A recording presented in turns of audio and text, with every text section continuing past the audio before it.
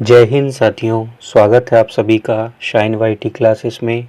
Hindi short hand की practice dictation 100 शब्द प्रति मिनट गति से डिक्टेशन 5 सेकंड में शुरू होगी। स्टार्ट।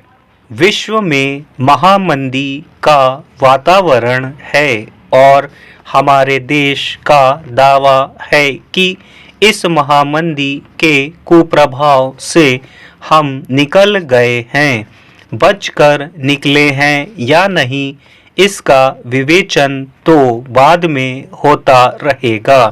फिलहाल स्थिति यह है कि देश में खुशहाली के सूचकांक में औसत आदमी के लिए बदलाव नहीं आया।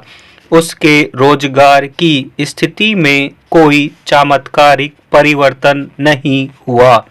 पूंजीगत निवेश की बहुत सी बातें होती हैं, लेकिन आंकड़े यही बताते हैं कि हमारी कृषि ही नहीं बल्कि निर्माण और विनिर्माण व्यवस्था भी तरक्की के लिहाज से पिछड़ रही है।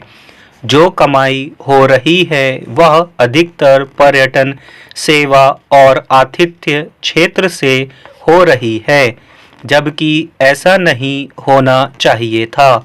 हमारी पूंजीगत व्यवस्था में कुछ इस प्रकार परिवर्तन होते कि न केवल कृषि क्षेत्र में हमारा देश दुनिया भर की आपूर्ति श्रृंखला में आगे रहता, बल्कि निर्माण और विनिर्माण क्षेत्र में भी ऐसी तरक्की के प्रतिमान नजर आते कि देश की वह आबादी जो काम तलाशने की उम्र में अनुकंपा की आस में बैठी रहती है, उसे यथा योग्य नौकरी मिल जाती। पैरा। कृत्रिम मेधा, डिजिटल और रोबोटिक्स का जमाना आ गया है। 10 वर्ष में हम दुनिया की 5वें स्थान की आर्थिक शक्ति हो गए हैं। आज़ादी का शतकीय महोत्सव मनाते हुए हम विश्व की तीसरी आर्थिक शक्ति हो जाने का सपना देख रहे हैं, लेकिन यह सपना तब तक पूरा नहीं हो सकता जब तक कि व्यावसायिक और निवेश व्यवस्था में देश का चेहरा आयात आधारित अर्थव्यवस्था से निर्यात आधारित अर्थव्यवस्था में नहीं बदल जाता। मगर यहाँ तो आलम यह है कि निर्माण क्षेत्र में भी हमें कच्चा माल चीन जैसे देशों से मंगवाना पड़ता है। ऊर्जा क्षेत्र में 85% कच्चे तेल का आयात किए बिना काम नहीं चलता। पैरा। नई खबर यह है कि भारत जहां निर्यात बढ़ाने और आयात घटाने के सपने देख रहा था, वहां ये सपने अधूरे रह गए। इस वर्ष की स्थिति यह रही कि निर्यात में गिरावट से हमारा व्यापार घाटा बढ़ गया है और वहीं हमारी ज़रूरतें बढ़ जाने से हमारा आयात 27% तक बढ़ गया है। इस नवंबर में निर्यात 4.85% घटा। हम कुल निर्यात 32.11 अरब डॉलर का कर पाए, जबकि पिछले साल इसी अवधि में 33.75 अरब डॉलर का निर्यात हुआ था।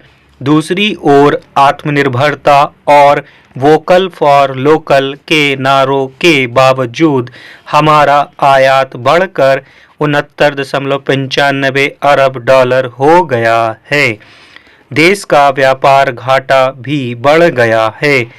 यह घाटा बढ़कर 37.84 अरब डॉलर पर पहुंच गया है। जब यह घाटा बढ़ेगा, हमारी निर्यात क्षमता पर आयात ज़रूरतें हावी रहेंगी। हमारी मुद्रा का मूल्य तो घटेगा ही घटेगा। पैरा। चालू वित्त वर्ष में डॉलर के मुकाबले हमारे रुपए का विनिमय मूल्य निरंतर घटता चला गया है। इस समय यह मूल्य 85 रुपये प्रति डॉलर के पार है। इसे आप सार्वकालिक निचला स्तर कह सकते हैं। इसके साथ ही अपनी विनिमय दर को स्थिरता देने के लिए देश के स्वर्ण भंडारों का इस्तेमाल भी किया जाता है। कुछ भुगतान सोने में कर दिए जाते हैं, जिसके कारण हमारे स्वर्ण भंडार में भी भारी कमी हुई है, जबकि इनके यथेष्ट होने का भरोसा मिलता रहा है। चालू वित्त वर्ष में अप्रैल नवंबर में निर्यात और आयात का अंतर दिखता है। कुल निर्यात अगर 2.17% बढ़ा है तो आयात बढ़कर 8.35% तक पहुंच गया है। ऐसे देश में जहां रुपए का मूल्य निरंतर डॉलर के सामने गिरता जा रहा हो, वहां निवेशकों को अपने देश में निवेश करते रहने का आकर्षण बनाए रखना कठिन हो जाता है। पिछले कुछ महीनों में अमेरिका द्वारा फेडरल दरों में परिवर्तन की संभावना से विदेशी निवेशकों ने भारत से पलायन शुरू कर दिया। घरेलू निवेशकों ने भी थोड़ा तेवर बदला। अब वह भी नया निवेश उन विदेशी स्थानों में कर रहे हैं जहां उन्हें लाभ की अधिक गुंजाइश लगती है। पैरा अब यह स्थिति है कि हमारे उत्पादन की लागत में वह परिवर्तन नहीं आ पाया जो अमेरिका और चीन ने हासिल कर लिया।